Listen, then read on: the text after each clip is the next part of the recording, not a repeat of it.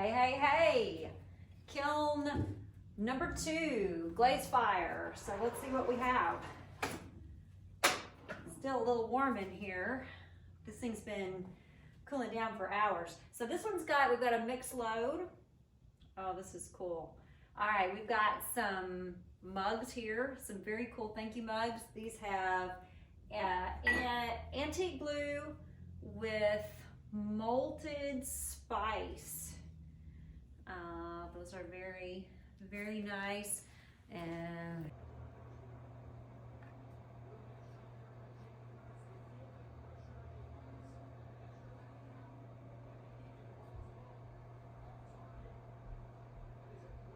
take a look. There we go.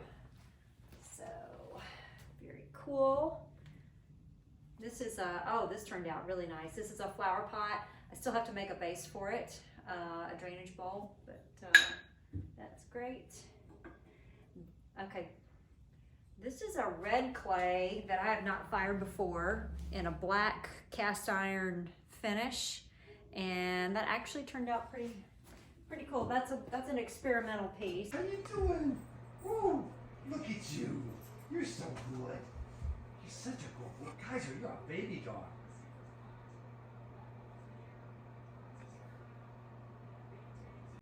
Here's another that was a little texture on this mug. Kind of carved some stuff in there. That turned out well. And then another one of these cool brown. Can't remember what the name of that glaze is, but it's pretty neat. Another wax resist heart. What's amazing with this stuff is when you make it, it feels so much larger.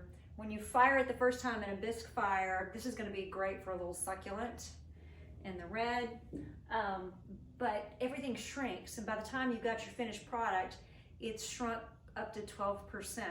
So you never know when it comes out what what the exact size is going to be. You try to guesstimate what the shrinkage is going to be, but that's why kiln openings are so much fun, because you never know what you're going to get. The other thing is, if you're not familiar with glazing, these glazes, when you put them on, never look like they look when they're first coming out. These are some more of those cast iron finish little ring dishes in the red clay. I like those a lot. And then this is an experimental one with the blue and the brown, which actually turned out pretty cool. I have a second platter. This one turned out really nice. You can see it, get the light to capture it. So.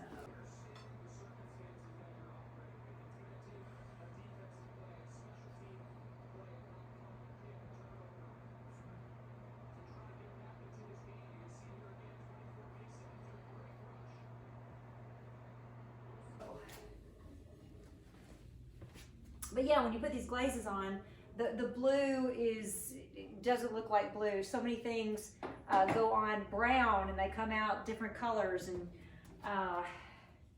so you really have to use your imagination when you're choosing these glaze colors and these glaze combinations to kind of guess what they're going to look like after they've been fired. All right, this is the final shelf. We got a lot of red down here. I have some Valentine's mugs. These actually turned out pretty cool. I like these a lot. That's great. Sack, Jalen Hurts, and then he broke free and got a 15-yard gain. And the defender, after he was out of bounds, shoves him in the back.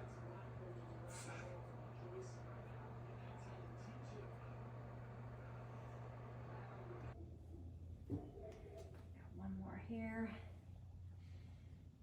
Yeah, I noticed a couple of little areas where I can improve. Got a little smudge dot right there. And then this is another experimental one. This is that cool brown that we've been using with, this is actually a floating blue on top, and it turned very brown. And this was a blue glaze. So it's always fun. You never know what you're gonna get. So got a couple more down here. This is, wow. this is the floating blue with some brown on it, and that is an interesting color combination there, which actually is pretty, that's pretty neat.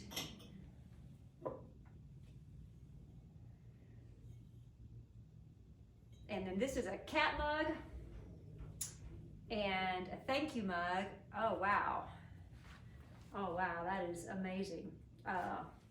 Some of these, the reaction of the glaze, this was actually just a solid floating blue, which is now brown with some blue effects in there. So, and we've got one more.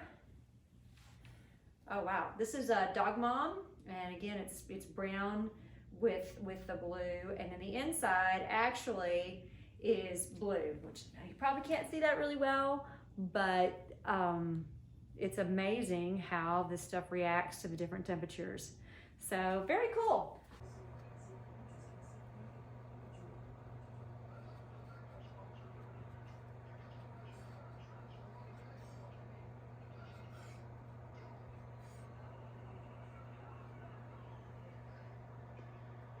That was a fun load. We'll have another one in a few more days, and keep watching, like, subscribe. Also, we're on Facebook at Birds and the Bees, and Instagram Birds and A-N-D, the Bees. So keep up, and we'll keep loading and unloading. Thanks so much.